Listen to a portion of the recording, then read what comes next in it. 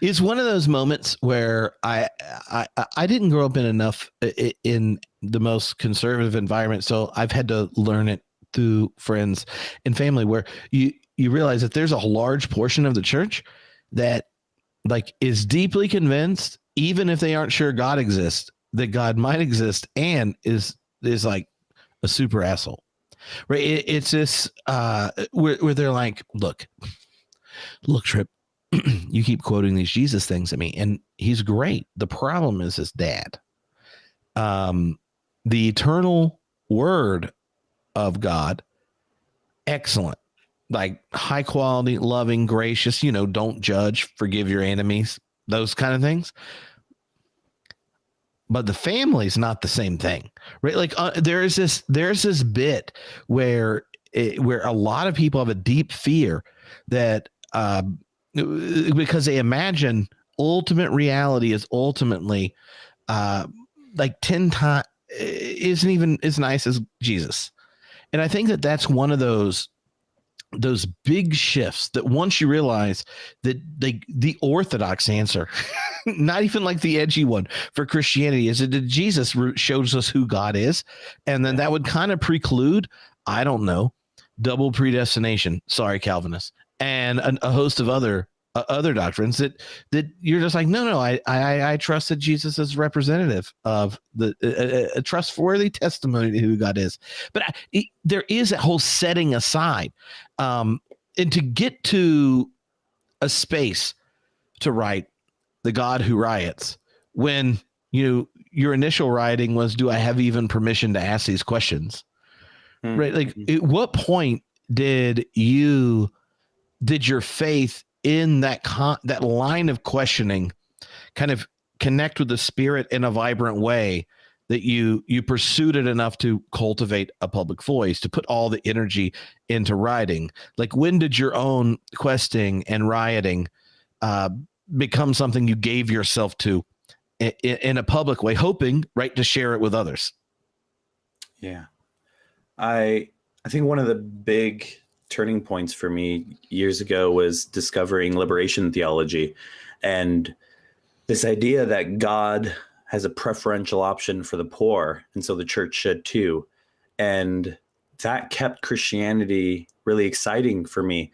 And as I got deeper into that, I felt like, oh yeah, this is just basic theology. I mean, read the Bible, the whole thing's written from the perspective of the poor and the oppressed. Jesus comes as one of the poor and the oppressed, and there's solidarity with the poor. And so it's always been very inspiring. And then when I discovered leftist politics, that just made a lot of the ideas I had very practical. And that's been, I think, extremely helpful for me to encounter conversations, for example, between theology and Marxist analysis. And it's been, like I said, it's grounded me a lot. And so then I started making a lot of videos. By the way, if y'all don't know, I make YouTube videos on YouTube. Just search Damon Garcia and you can find me there. And I started making a lot of YouTube videos. They could also search it at their favorite book purchasing location when they go to buy the book, The God Who Riots. Show it to them again. The God Who Riots. Hell yeah. Sorry for the detour. I was just trying to make sure your publisher knows you're always selling that book. Thank you.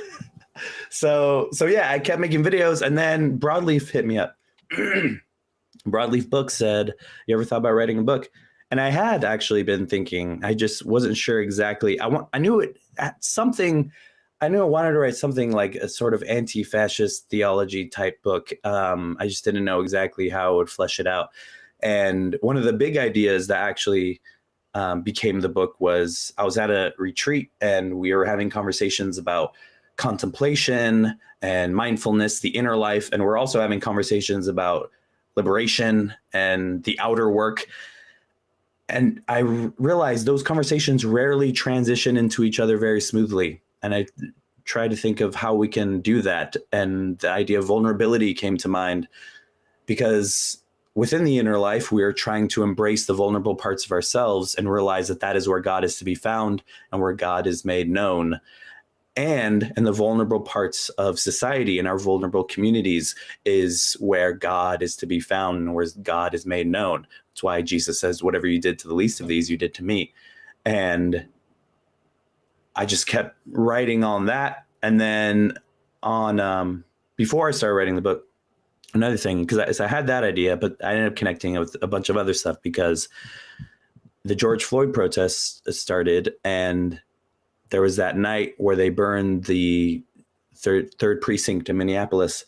And I was watching the live stream, and I was streaming too. And at the time, since COVID had just started, a lot of people were asking, where is God in all of this? Because we didn't know how fatal it was. And as I was watching the live stream, I said, that's where God is, right there. There's probably some people in chat who were there for that live stream, but I was like, that's where God is. And then I thought of Jesus in the temple rioting with property destruction, looting and all, with the flipping of the tables and pouring out of coins and driving out animals that were being bought and sold. And I just wanted to explore that. And so that's what I explored, that basically God is on the side of the oppressed as they struggle for liberation. And Jesus embodies that decisive side choosing, and we must do so today.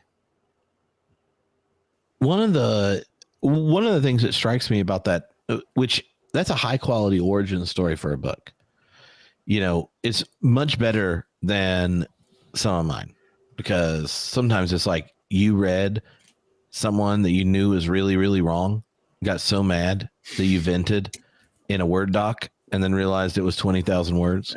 And then you were like, is that what you did? Yeah, this happened.